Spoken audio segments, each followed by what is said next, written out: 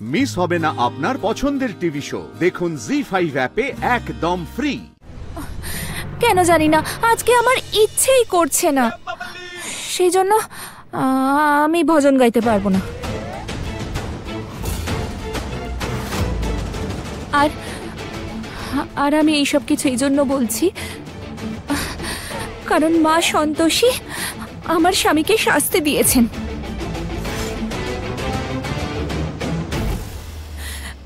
একবার দেখো কত পূজা অর্চনা করতাম আমি, কিন্তু মা সন্তোষী কি করলেন? কত বড় শাস্তি দিলেন আমার স্বামীকে।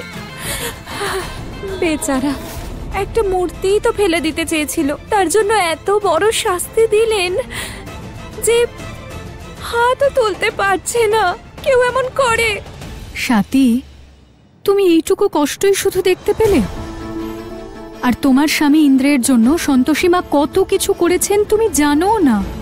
আজ তোমার স্বামী ইন্দ্র যে বেঁচে আছে সেটা শুধুমাত্র সন্তোষী মায়ের জন্য, স্বাতীর তপস্যা আর বিশ্বাসের জন্য। আমার বিশ্বাস ভেঙে গেলে আমি কি করব?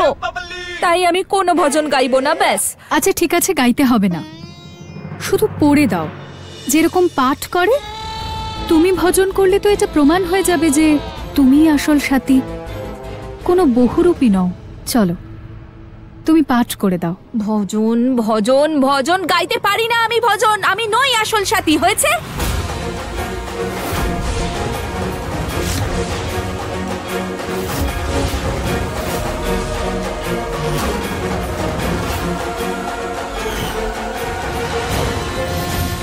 মাতা, দেবী উষ্মা তো সফল হয়ে গেলেন, কারণ এই কন্যা আপনার ভজন জানেই না। আর দেবী পৌলমী, তিনি তো স্বপ্নেও আপনার ভজন গাইতে পারবেন না মাতা। নারায়ণ নারায়ণ।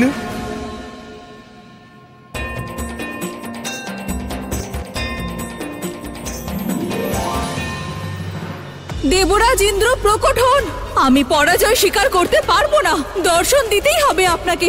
কোথায় আপনি দেবেন্দ্র? তুই এমন কেন করছিস মা? কারণ ও আসল স্বাতী নয়।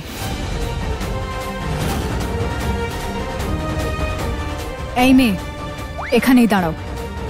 এইবার অন্তত মেনে নিন যে ও আসল স্বাতী নয়। এই পুরো প্ল্যানটা আপনিই করেছিলেন।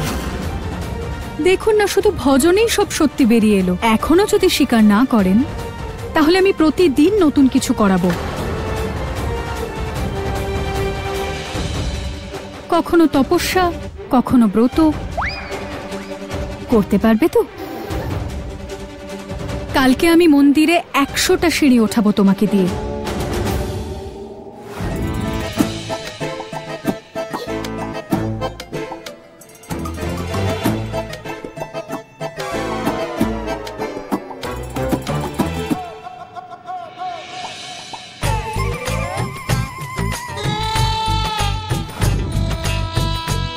আর ইন্দ্রের জন্য নির্জলা ব্রতও পালন করাবো।